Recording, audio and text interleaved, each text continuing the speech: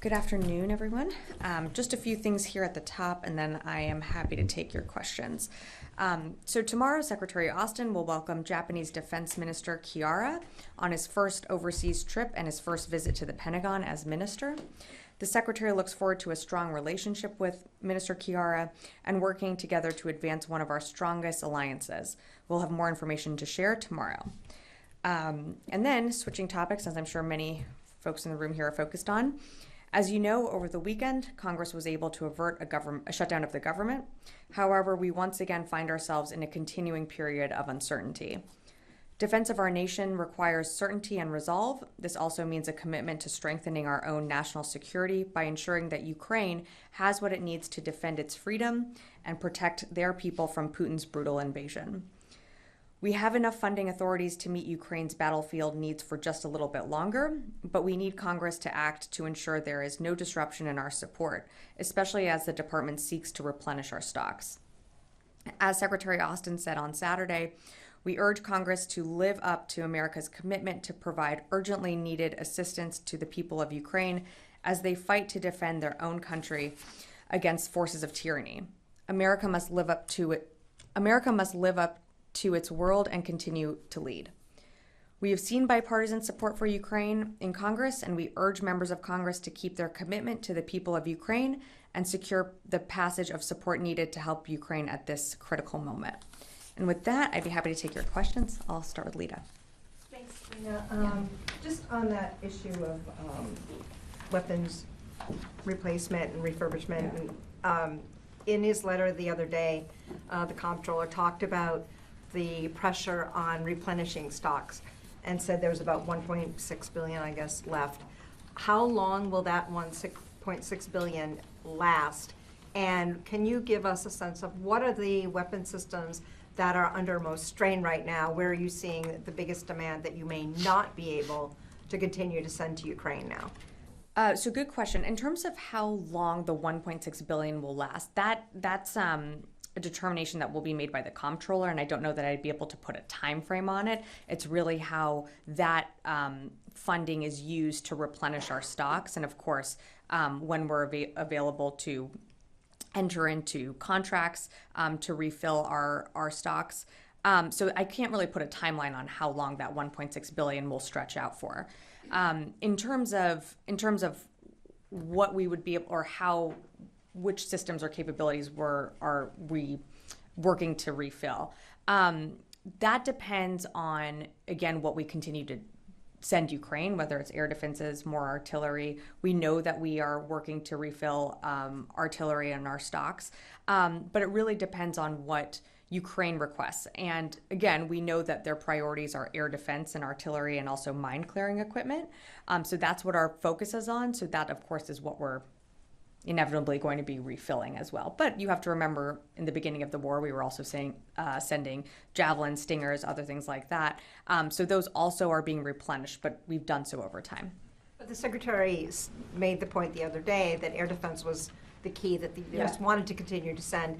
Is there pressure on that? Is that a point where the U.S. is having strains replenishing U.S. stocks at this point?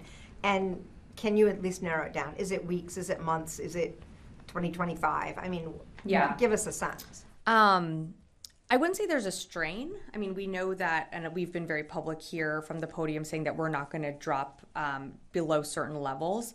So not necessarily a strain, but we do know that replenishing our stocks is a priority for this department as we continue to send and flow aid to Ukraine. I really wish I could give you more of a time frame on that. It's really hard to say.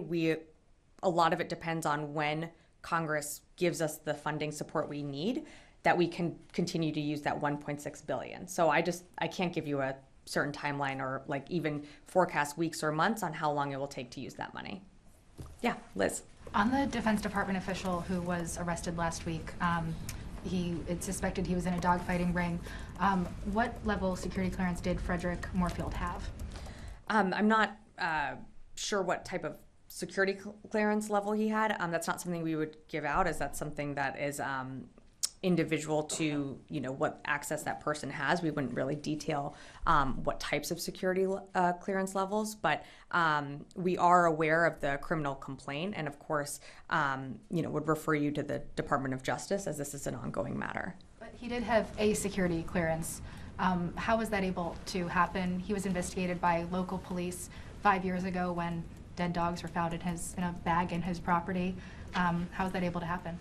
Yeah, I don't know the level of clearance that he had. I'm not going to go into more specifics on it. It's an ongoing case. I think these are some things that, of course, will come out in the investigation. I think you raised an excellent point on, why or were behaviors caught when it should have been. That's something that will be revealed, of course, as the Department of Justice leads this investigation. So I'm not going to comment any further. Oren? A follow-up on Lita's question. She asked Sure. about Ukraine replenishment. I'm curious about the flip side of that. You said you have enough funding to meet Ukraine's battlefield needs just a little bit longer. Mm-hmm. What does that mean, and when do we start to see the lack of additional Ukraine funding play out as a detriment to Ukraine on the battlefield? So as you know, we are constantly in contact with the Ukrainians on their battlefield needs.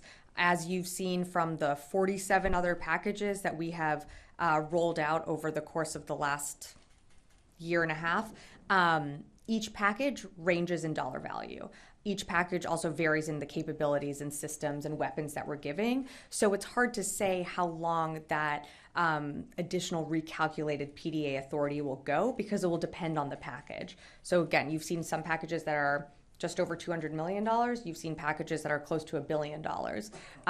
If we have 5 packages that continue to roll out, that's going to be gone pretty quick. So again, I'm hesitant to put on a timeline.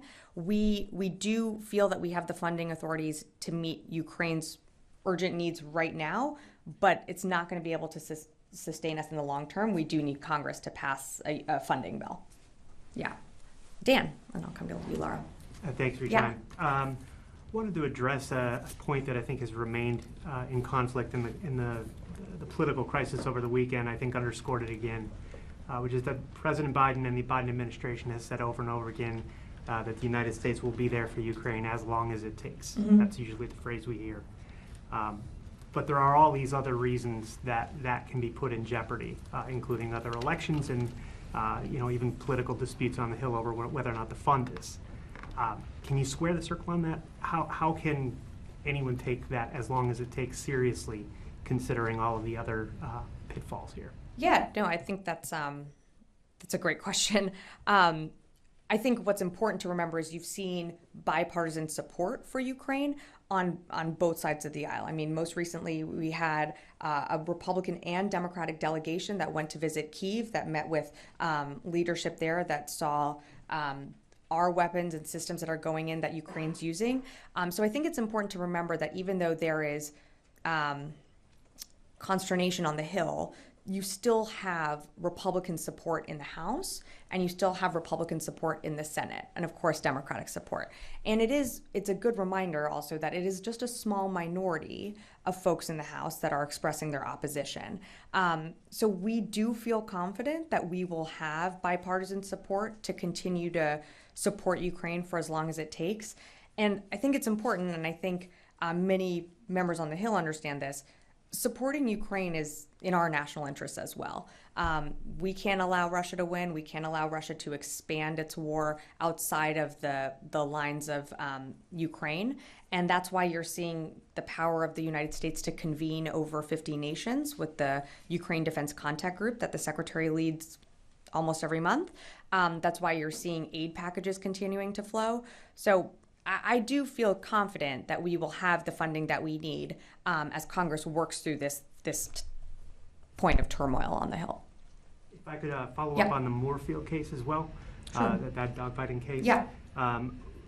The phrasing of the Pentagon statement yesterday left it a little ambiguous. Mm-hmm. Is he considered still a Defense Department employee? Is he on terminal leave? Is he a former employee? Where does he actually fall at this point? I can confirm that he's no longer in the workplace. I just can't comment any further on this matter as it's an ongoing investigation, so I'd have to refer you to DOJ for more information. Laura, did you have a question? Yes. Yeah. A couple questions. Just on the aid to Ukraine, you said you have enough funding authority to keep the battlefield needs flowing for a little bit longer. Is DoD taking any measures to make that aid, that authority last longer? Is there anything that's going to be delayed to make it last longer? What steps are you taking? So at the moment, I would say no. We're still putting together packages. You're going to see our regular cadence continue, which is usually weekly or every other week, give or take. Unfortunately, even though we are having conversations on the Hill and with the interagency on how we secure more funding for Ukraine, the war is still ongoing, and so the requirements and the needs that Ukraine hasn't changed, and so you're going to continue to see packages. Right now, we're not adjusting anything to I don't know, maybe have it like dribble out any longer. We're going to continue to flow aid as we can. And is there going to be ATACMs in this upcoming tranche of aid? I don't have any announcement on ATACMs today. Thanks. I'm going to go to the phones, and then I'll come back in the room. Jeff Shogel, Task and Purpose. Thank you very much. Is the U.S. military going to send any more forces to Kosovo in light of current tensions there? And does the Defense Department assess that Russia may be provoking tensions between Serbia and Kosovo? Thank you. Thanks, Jeff. I don't have any announcements to make on that or any changes to our force posture, so I'll just leave it at that. In terms of Russia provoking tensions in the region, I mean, we've certainly seen that before, but I don't really have more light to shed in terms of the specifics to what's happening in Kosovo and Serbia. I'll take another question. Heather, USNI. Thanks so much. I was wondering if you could give us a battlefield assessment of the current Black Sea fleet. I noted that Russia had experienced multiple attacks from the Ukrainians, and I was just wondering if there's an idea of how many ships they still have and where they might be keeping their ships. Yeah, thanks, Heather. So in terms of a battlefield assessment on the Black Sea, I would direct you to the Ukrainians to speak to that. We know that they have been able to successfully inflict some damage on Russian forces in the area, but for more of an update on, ship count, how successful they have been, I'd really direct you to the Ukrainians to speak to that. I'll come back in the room. Yeah, Brandy. Thank you, Sabrina. More follow-ups on Moorfield. He was the Deputy Chief Information Officer for Command, Control, and Communications in the Secretary's CIO office. Has Secretary Austin named someone who's going to step in that capacity, or CIO John Sherman? Is anyone stepping in to fill in that role? I don't have any personnel announcements today, so I don't. That role is vacant. That role is vacant right now, yeah. Great. Rio. Thank you. I want to ask you about the Secretary's meeting with the Japanese Defense Minister tomorrow. In January, the U.S. and Japan agreed to look for more effective command and control structure. Mm-hmm. Then how much have you made progress on that? Is that the priority area of cooperation with Japan? Well, I'm not going to get ahead of the Secretary's conversation that's going to happen tomorrow. As you know, Japan is one of our oldest standing partners and allies in the region. The Secretary certainly looks forward to welcoming Minister Hamada tomorrow, but I'm going to not get ahead of their conversation, and we'll provide a readout after the meeting. Okay. Then, also on Japan, the Mr. Kihara is the third Japanese defense minister that the Secretary Austin meet with since the Secretary took the current position. I wonder how difficult such Japan's frequent replacement of the Japanese defense minister make for the Secretary to develop trust or personal relationship with the Japanese defense leadership. Well, we already have a very good and deep relationship with Japan on different levels, from not just the Secretary's level, but across the department. I'll really let Japan speak to their changes in leadership, but the Secretary did have a strong rapport with Minister Chiara when they last spoke, and he looks forward to welcoming Minister Chiara tomorrow. But I think it's important that this is one of our deep alliances that we have, and I'll just leave it at that. Yeah. I have a question on $5.4 billion that's left in PD for Ukraine. So is Pentagon ready to go beyond 1.6 billion mark, given that that's the amount that is left to replenish the American stocks? I'm sorry. Can you repeat the first part of your question? So like $5.4 5.4 billion Yeah. that's left in PDA. Is Pentagon ready to go beyond 1.6 billion mark, given that that's the amount that is left to replenish its own stocks? That's what we're requesting. We are requesting more Ukraine funding so we can replenish our own stocks. The 1.6 billion is specifically for that replenishment.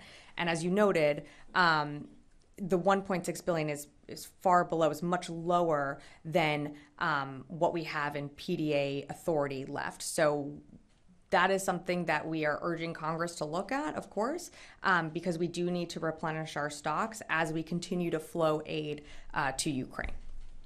Great. Dave, yeah. So would you just state for the record exactly how much money is left in the PDA account? Yeah, so in the PDA account, in the reevaluation, we have $5.4 billion left in PDA funds. And we have no more USAI left. And then we have the $1.6 billion that we will use to replenish our stocks. Great. Yes. Thank you, Sabrina. Regarding to Niger, there are like 29 Niger soldiers were killed in attack by armed insurgents near the country's border with Mali. So do you have concern about the security and stability for this country? And is there any change with your troops posture there? And are you planning to maybe rerun your operations against these groups? So I've seen the reports on what happened, I think it was yesterday or overnight. In terms of our force posture, of course, no U.S. soldiers or troops were involved in that. Our focus is, again, continuing to move our personnel and assets from Airbase 101 to 201, which is mostly complete. We're focused on our force posture. So I think you, or force protection, I should say. I think you mentioned operations. We're not conducting any CT operations in Niger. We're just focused on consolidating from 101 to 201 at this point. Yeah, of course. Did I see a question? I'm going to come back to you. Mike, sorry. I'll come back. Go ahead. Regarding Ariane Tabatabai, last week Secretary Meyer testified up on the Hill that there is an internal investigation, or some sort of internal investigation going on here in the building to determine whether all laws and policies were followed when she was granted her TSSCI clearance. My question is, what's her status now, and have you suspended her clearance, and if not, why not? No, we haven't. We believe that she was went through the vetting process. I think there were many questions about that on the Hill. And in the testimony that you referenced, I don't have any more to provide on that. Great. Did I see? Yeah, right over here. Do you have any indication that arms deal between North Korea and Russia took place after their summit? We know that they've been in communication. We would not be surprised if there was a transfer of artillery from North Korea to Russia. We saw the heads of both countries meet and surely discuss that. We know Russia's going through and expending through its artillery pretty quickly. So it wouldn't be a surprise. I don't have anything to read out or confirm if an actual transfer has taken place. But of course, it would not surprise us if that does in fact happen. Sure. So how about the private Travis King, who returned from North Korea? Yeah. So how is he, and then what is his next step for him to go through? Like he went to the military corps. What is his next step? So next step is he's still going through the reintegration process. As I mentioned, I want to say last week, there's not really a timeline on that process. That takes time for any individual, and it's, it can be as long or as short as a person needs. He's been reunited with his family. I think I read out that he was in good spirits when he landed in the United States. But this is an ongoing process. And so for any follow-up on what happens to him, his status, I would refer you to the Army for further questions on that. Yeah, and then I'll come to Warren. A follow-up on Moorfield, just to be extra clear. Mm-hmm. You mentioned he's no longer in the workplace, to use your words. Does that mean still employed but not showing up to work, or does that mean not employed anymore and not in the workforce? He is no longer in the workplace, but in terms of his actual status or anything like that, because this is an ongoing investigation, I would just refer you to DOJ. I just don't have any more details to provide at this time. Okay, but just so not showing up to work, just to be clear. He is no longer working in this building. Oren, last question to you. Okay, I'll come to you and then, Oren, you first, and then I'll come to you. Quick follow-up on Ukraine. Has Secretary Austin engaged with the Hill since the shutdown was averted to ensure bipartisan support and get any update on when that would happen? Well, the Secretary was actively engaging with the Hill since last Friday and throughout the weekend, engaging with folks to encourage not only funding for Ukraine, but to keep the government open. I don't have any more specifics to add, but I will say that our legislative team here, along with other senior leaders in the building, constantly engage with the Hill on a frequent basis on behalf of the Secretary. So I think our DoD presence is certainly felt on the Hill. Yeah, last question. Thank you. You saw the Turkish strikes against the PKK in northern Iraq over the weekend. Has the Secretary spoken to his Turkish or Iraqi counterparts? Does Turkey's renewed focus on the PKK in any way make the US support for the SDF untenable in the longer term? So I don't have any calls to read out in terms of what you asked about the Secretary. What I'll say again, and what I've said before, is that any actions that further destabilize our mission, which is the enduring defeat of ISIS, don't serve that mission. And so the United States is, of course, focused on that mission. We continue to do so. You saw CENTCOM over the weekend send out a few statements that announced some of their progress that they're making in the Defeat ISIS mission, but I just don't have anything else to provide in terms of calls. That's it. Thanks all. I'll leave it at that.